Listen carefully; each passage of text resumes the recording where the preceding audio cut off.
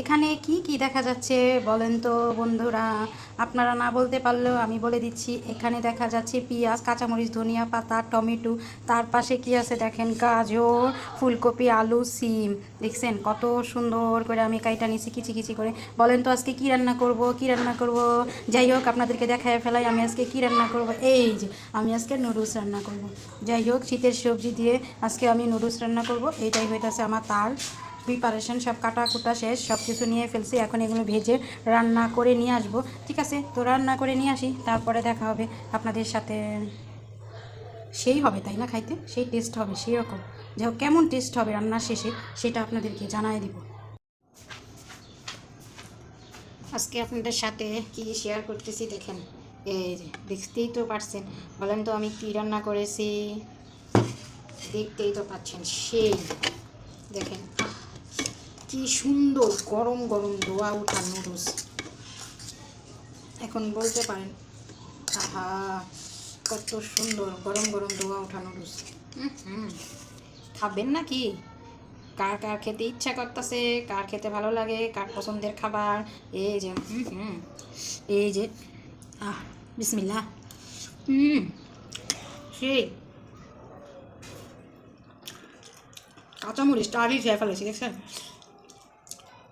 বাহ বাহ, নুডলস খাওয়ার আগে কাঁচামরিচ খেয়ে ফেলেছি।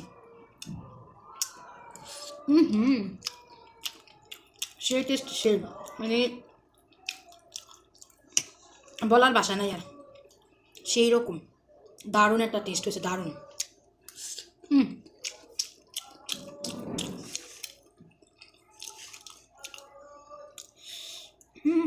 আপনাদেরকে দিলাম, একটু খাই দেখেন, টেস্ট করে দেখেন কেমন হয়েছে। খাইতে কতটা মজা হয়েছে।